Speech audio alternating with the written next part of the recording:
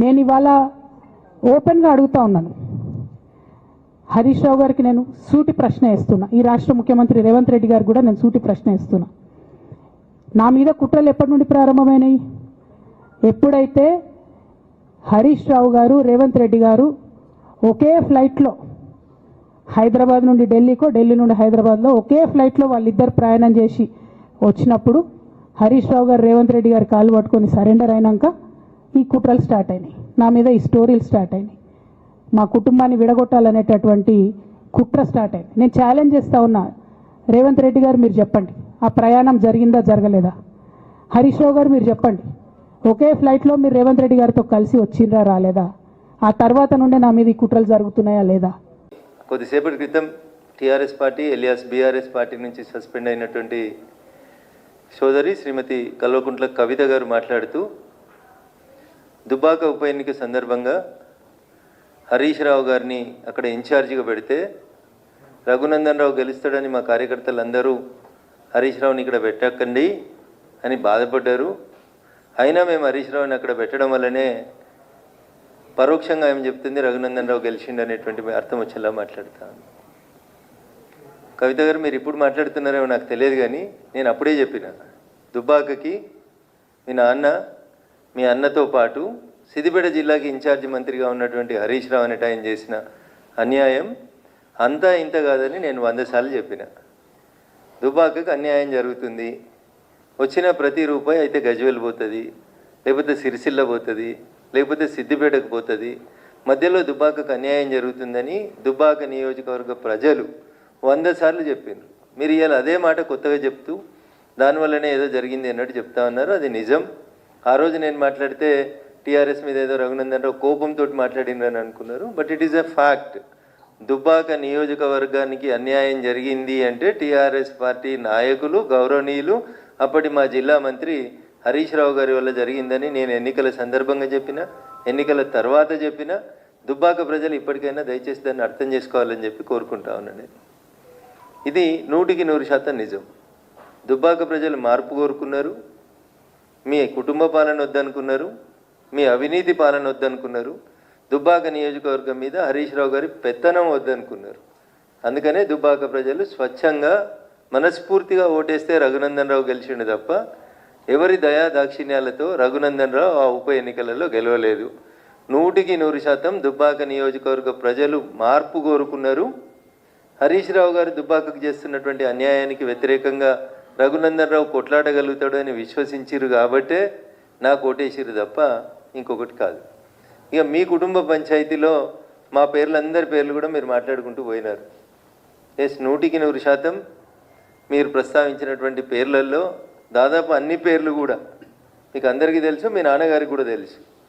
ఎవరెవరికి మీరు ఎట్లెట్లా అన్యాయం చేసిరు అనేటువంటి విషయంలో ఇవాళ మీరు కొత్తగా మాట్లాడితే మేమేం చేస్తాం, మీ సానుభూతి మాకు ఎందుకు, కానీ 100% అవన్నీ వాస్తవాలు. 2009లో ఏదో మీ అన్నకు వ్యతిరేకంగా 60 లక్షలు పంపిరని ఏదో మాట్లాడినారు కదా మీరు. ఇవన్నీ పాత చరిత్రనే. కొత్త చరిత్ర నాకు ఎమ్మెల్సీ ఎన్నికలలో 2009లో మహాకూటమి అభ్యర్థిగా ఇస్తే అప్పటి జిల్లా పార్టీ అధ్యక్షునిగా నన్ను ఎవరు ఓడగొట్టినో కూడా నేను పార్టీ అధ్యక్షుడైనటువంటి గౌరవనీయులు చంద్రశేఖరరావు గారికి చెప్పిన. కానీ ఆ రోజు కూడా యాక్షన్ తీసుకోలేదు. These are all facts.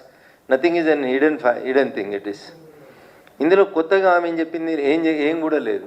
Revanth Reddy గారు, హరీష్ రావు గారు ఒకటే ఫ్లైట్లో వచ్చిర్రని, వాళ్ళిద్దరూ కుమ్ముక్క అయినరని, మెదక్ పార్లమెంట్ ఎన్నికలలో నన్ను ఇబ్బంది పెట్టాలని చూస్తున్నారని, కాంగ్రెస్ టీఆర్ఎస్ 2 కొల్లుడై నేను గెలవకుండా చూడాలని ప్రయత్నం చేస్తున్నారని నేను మీడియా ముందుకు వచ్చి చెప్పినటువంటి తారీఖు 22 మార్చ్ 2024 రోజే వచ్చి చెప్పిన. నేను మార్చి 2024 నాడు ఆస్ట్రేలియా నుంచి కనెక్టింగ్ ఎయిర్ ఇండియా ఫ్లైట్ నెంబర్తో సహా చెప్పిన. నేను బిజినెస్ క్లాస్లో వస్తూ ఢిల్లీ నుంచి వస్తుండగా గౌరవనీయులు ముఖ్యమంత్రి గారు, హరీష్ రావు గారు ఇద్దరు అదే ఫ్లైట్లో ట్రావెల్ చేసినారు.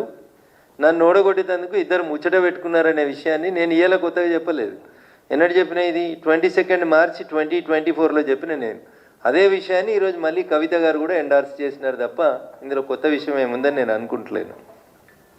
2-3 సార్లు వాళ్ళు దుబ్బాక ఎన్నిక రఘునందన్ రావు అనే మాట తీసినారు కాబట్టి నేను ఈ విషయాలు చెప్తా ఉన్నాను తప్ప మాకు ఆ విషయాల గురించి, వాళ్ళ పార్టీ వ్యవహారాల గురించి, వాళ్ళ పంచాయతీల గురించి, వాళ్ళ కుటుంబం గురించి, వాళ్ళ కుటుంబ పంచాయతీల గురించి మేము మాట్లాడదలుచుకోలేదు. మేము ప్రజల కోసం పనిచేస్తాం. భారతీయ జనతా పార్టీ ప్రజల పక్షాన్నే నిలబడుతుంది. పాల వ్యాపారం చేస్తారా, నీళ్ళ వ్యాపారం చేస్తారా, ఒకళ్ళ కాలు బట్టి ఒకళ్ళు లాగుతారా? మరి పాల వ్యాపారం చేస్తుంటే ఇంతకాలం ఏం చేసిరు? అయోధ్య రెడ్డి గారు ట్వీట్ చేస్తే బహుశా అయోధ్య రెడ్డి గారు ఇప్పుడు ఎక్కడనో కమిషనర్గా ఉన్నట్టున్నారు. ఇన్ఫర్మేషన్ కమిషనర్గానో సమాచార హక్కు చట్టం కింద కమిషనర్గానో ఎక్కడ ఉన్నట్టున్నారు. మరి అయోధ్య రెడ్డి గారు మాట్లాడాలి, పాల వ్యాపారం ఏంది, ఎందుకు ట్వీట్ చేసినారు, ఎందుకు తీసేసినారు, ఇట్లాంటివి ఏమైనా ఉంటే వారు మాట్లాడుకుంటే బాగుంటుంది తప్ప మీరు అందరికీ మనిషి కింద బురదేసిపోదామని అనుకుంటున్నట్టున్నారు. చెల్లె బురదేమొద్దు, మేమంతా ఆల్రెడీ ఇవన్నీ మాట్లాడిన విషయాలే, ఇవన్నీ గతంలో మేము చెప్పిన విషయాలే. ఇందులో కొత్తదనం ఏముంది చెప్పు? కొత్తగా మీరు చెప్పింది ఒకటిగా మోకిలా ప్రాజెక్టు చెప్తే మీరు కొత్తగా మాట్లాడింది ఏం కనబడతలేదు మాకు. నిజంగా నేను కూడా రాష్ట్ర ముఖ్యమంత్రి గారికి చెప్పదలుచుకున్నాను, మోకిలాలో జరుగుతున్నటువంటి ప్రాజెక్ట్ ఏదైతే ఇందాక కవిత గారు పేరు చెప్పారో ఆ ప్రాజెక్టు మీద కంపల్సరీ విచారణ జరిపించాలి. దాంట్లో ఉన్న లాక్యునాస్ ఏంది అనేది చూడాలి. ఆ మోకిలా ప్రాజెక్టుకి సంబంధించి అనుమతులేంది, డబ్బులేంది, ఈ పోచంపల్లి శ్రీనివాసరెడ్డి అనేటువంటి ఎమ్మెల్సీ ఏడికేలో ఏడ శ్రీమంతుడైండు, నవీన్ రావు అనేటువంటి ఎమ్మెల్సీ అవకతవకలేంది, వీటి మీద రాష్ట్ర ముఖ్యమంత్రి గారు ఏసీబీ డీజీ వెంటనే చర్య తీసుకోవాలి.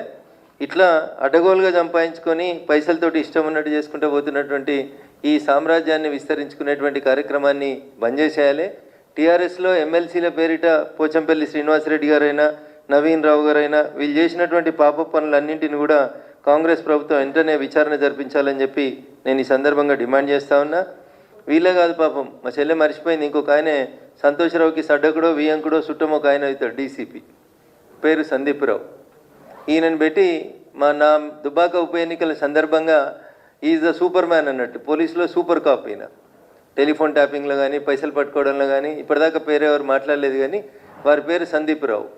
వారు అప్పుడు టాస్క్ ఫోర్స్ డీసీపీగా ఉన్నారు. నార్సింగ్ ఏరియా, నేనుండే ఇంటి ఏరియాకి టాస్క్ ఫోర్స్ డీసీపీగా ఉన్నారు సందీప్ రావు గారు. వీరి నాయకత్వంలో ఒక 3-4 సిఐల్ని పెట్టుకొని మా ఇంటి చుట్టూ వాచ్ పెట్టి మమ్మల్ని నానా యాగి చేసి టార్చర్ పెట్టినటువంటి పెద్దలు కూడా సందీప్ రావు గారు. ఇట్లా మీరు పోలీసులను అడ్డం పెట్టుకొని చేసిన మంచి పనులు చెప్తుందేమో కవిత అని నేను అనుకున్నా. టెలిఫోన్ ట్యాపింగ్లో ఏమేమి జరిగింది, ఎవరెవరి పైసలు ఎట్లా గుంజుకొచ్చినాం, లేకపోతే ఎమ్మెల్సీ వెంకటరామరెడ్డి గారు ఏం చేస్తూ ఉన్నారు, వారికి ఎట్లెట్లా జీవోలు మార్చిర్రు, ఏమేమి చేసిరు, ఇవన్నీ ఇంకా చాలా విషయాలు మాట్లాడాల్సింది కవిత. మీరు మాట్లాడేవన్నీ అన్నీ ప్రజలకు తెలిసిన విషయాలే మాట్లాడారు, కొత్త ఏం మాట్లాడలేదు మీరు. ఇంకా ఏదో మళ్ళీ పార్టీలకు పోదామా వెనుక పోదామా అని ఊగిసలాడుతున్నట్టు కనబడుతుంది తప్ప ఇంకా మీరు నిజాలు మాట్లాడితే ఇంకా చాలా మాట్లాడాలి కదా. మేము ఇవన్నీ మాట్లాడినాయి కదా. రేవంత్ రెడ్డి గారు హరీష్ గారు కలిసి ప్రయాణం చేసింది మాట్లాడినాం, అయోధ్య రెడ్డి గారు ట్వీట్ చేసింది, మీరు మాట్లాడింది ఏం లేదు కొత్తగా. ఇందులో కొత్త కనబడుతున్న ఏమైనా ఒక సంతోష్ రెడ్డి ఆయన కడుతున్న శ్రీనివాస్ రెడ్డి ఆయన కడుతున్న విల్లాస్ తప్ప మీరు కొత్తగా ఏం మాట్లాడినట్టు కనబడతలేరు. కాబట్టి కవిత ఇంకా వేరే విషయాలు మాట్లాడితే బాగుంటుండే. ఇంకా టానిక్ మీద ఎఫ్ఐఆర్ చిన్న విషయం, అది క్లబ్బులు పబ్బులు ఇవన్నీ మీ నాన్న క్లబ్బులు బంద్ చేస్తే మీరు పబ్బులు నడిపినాయి అన్నీ అందరికీ తెలిసినటువంటి విషయాలే కాబట్టి వాటి గురించి పెద్ద చర్చ అవసరం లేదు.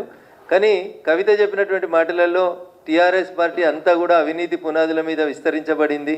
మా ఎమ్మెల్సీలు ఒక్కొక్కరు 1000 కోట్లకు ఎదిగినరు, 750 కోట్లతోటి వెంచర్ చేస్తున్నాడు ఒక ఎమ్మెల్సీ అంటే అర్థం చేసుకోవాలి మనం ఎంత ఎదిగినారు. నవీన్ రావు గారి అక్రమాలకైతే ఇక అడ్డు అదుపు లేదు. ఆయన చేసినటువంటి అడగోల ఆక్రమణలకి, కూకట్పల్లి పరిసర ప్రాంతాల్లో ఆయన చేసినటువంటి జీవోలకి, వీళ్ళు మార్చిన జీవోలకి, ఇంకా చాలా జీవోలు ఉన్నాయి. చెల్లె మాట్లాడాల్సిన జీవోలు ఏంటంటే కన్జర్వేషన్ జోన్లను ఎట్లా మార్చి ఇచ్చిర్రు మున్సిపల్ శాఖ మంత్రి గారు, అవి మాట్లాడాలి చెల్లె. ఇంకా చాలా విషయాలు మాట్లాడాలి, వాళ్ళ ఎమ్మెల్సీల అవినీతి గురించి మాట్లాడాలి. ఒకటే రోజు కాబట్టి కొంచెమే మాట్లాడిందని అనుకుంటా ఉన్నాను నేను. మళ్ళీ ఎపిసోడ్లో ఇంకా బాగా మాట్లాడాలని కోరుకుందాం. ఖచ్చితంగా టీఆర్ఎస్ పార్టీ పెద్దలు చేసిన అవినీతిని ఎంత కవిత బయట పెడితే బాగుంటుందని నేను మనస్ఫూర్తిగా కోరుకుంటాను. Thank you.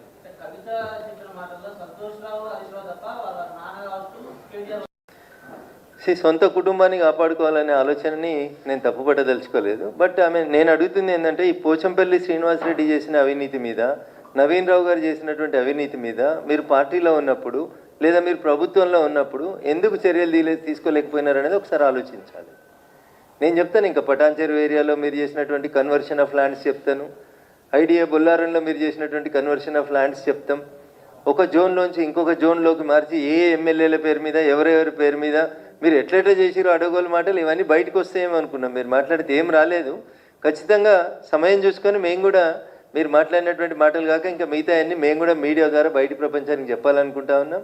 మేము ఇంకా మీ ద్వారానే ప్రజలు వింటే బాగుంటుంది. మేము మాట్లాడితే ఏదో కక్ష సాధింపు కోసం మాట్లాడినామని అనుకుంటారు. ఆదిపట్లలో ట్రాన్స్ఫర్ చేసిన భూములు, ఆ బొల్లారంలో ట్రాన్స్ఫర్ చేసిన భూములు, పటాన్ చెరువులో సాకి చెరువు పక్కన ట్రాన్స్ఫార్మ్ చేసి కడుతున్నటువంటి భూములు, ఇండస్ట్రియల్ జోన్ని ట్రాన్స్ఫర్ చేసినటువంటి భూములు, ఇకపోతే ఐడిఏ బహలానగర్లో మీరు కన్వర్షన్ చేసిన భూములు, ఇట్లా చాలా భూములకు సంబంధించి చాలా విషయాలు మీరు మాట్లాడతారేమో అనుకున్నాం. ఇంకా చాలామంది టీఆర్ఎస్ ఎమ్మెల్యేలు వాళ్ళు చేసిన మంచి పనులు చెప్తారని ఆశపడ్డాం. తప్పకుండా భవిష్యత్తులో ఇప్పుడు కవిత గారు అందించిన నిజాలని కాంగ్రెస్ పార్టీ ఇన్వెస్టిగేషన్ చేయాలని కోరుకుందాం. ఆ తర్వాత మిగతా విషయాలన్నీ మేము కూడా పబ్లిక్ డొమైన్లోకి తీసుకొస్తాం.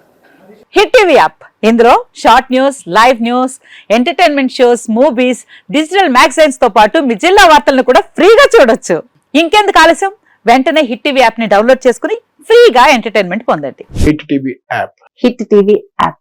Please download hit TV app. Hit TV app ని ఫ్రీగా డౌన్లోడ్ చేసుకుని ఎంజాయ్ చేయండి. మీకు నచ్చిన ఎంటర్టైన్మెంట్ కోసం హిట్ టీవీ యాప్ ని ఫ్రీగా డౌన్లోడ్ చేసుకుని ఎంజాయ్ చేయండి. హిట్ టీవీ యాప్ ని డౌన్లోడ్ చేసుకుని ఆస్వాదించండి, ఆశీర్వదించండి. ఇంతమంది సెలబ్రిటీలు హిట్ టీవీ యాప్ ని డౌన్లోడ్ చేసుకోండి అని చెప్తున్నారంటే ఎంత మంచి యాప్ ఆలోచించండి. అమెరికా అమెరికా అమెరికా అమెరికాలో చదవాలనుకునే వాళ్ళకి విశ్వసనీయమైన పేరు మన శౌర్య కన్సల్టెన్సీ. UK లో 1 year masters. UK లో 1 year masters. 2 years work permit up to 5 years visa. Contact Saurya Consultancy. Contact 89851 89851.